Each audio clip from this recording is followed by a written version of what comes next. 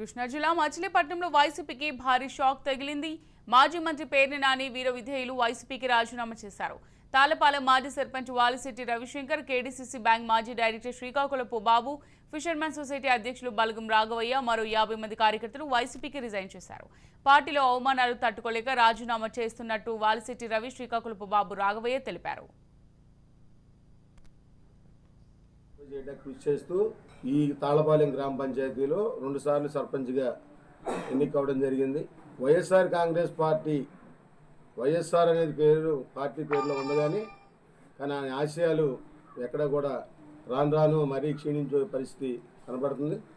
Plus అనేక అవమానాలు, అనేక అనుమానాలు. ఫస్ట్ మేము నియోజకవర్గం మారినప్పుడు వేదవ్యాస్ గారు మనుషుల కింద కొన్నాళ్ళు చూశారు.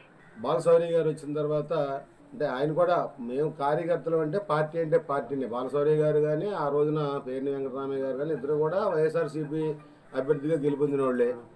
వాళ్ళకి పార్టీలకు అతీతంగా మేము ఎక్కడ చేయాల, పార్టీలకు అనుగుణంగానే ఏదైనా సందర్భానుసారం జరిగింది తప్ప. కానీ మమ్మల్ని నియోజకవర్గం మారినా కూడా ఎప్పటికీ కూడా పక్షపాత ధోరణితోనే చూడటం, అనేక అవమానాలు గురవడం, ఒక ఎంపీకి ఎమ్మెల్యేకి వాళ్ళకి ఏదన్నా మనస్పర్ధలు ఉంటే అవి మా మీద, సామాన్య కార్యకర్తలు మా మీద వేసి చేయటం, ఇట్లా అవమానాలు పడినా కూడా ఎక్కడా కూడా మేము దాన్ని ఎక్కువగా బయట పెట్టుకోకుండా పార్టీ కోసమే కష్టపడ్డాం. మొన్న ఎలక్షన్లో కూడా కాంగ్రెస్ పార్టీలో ఉన్నా కానీ తద్వారా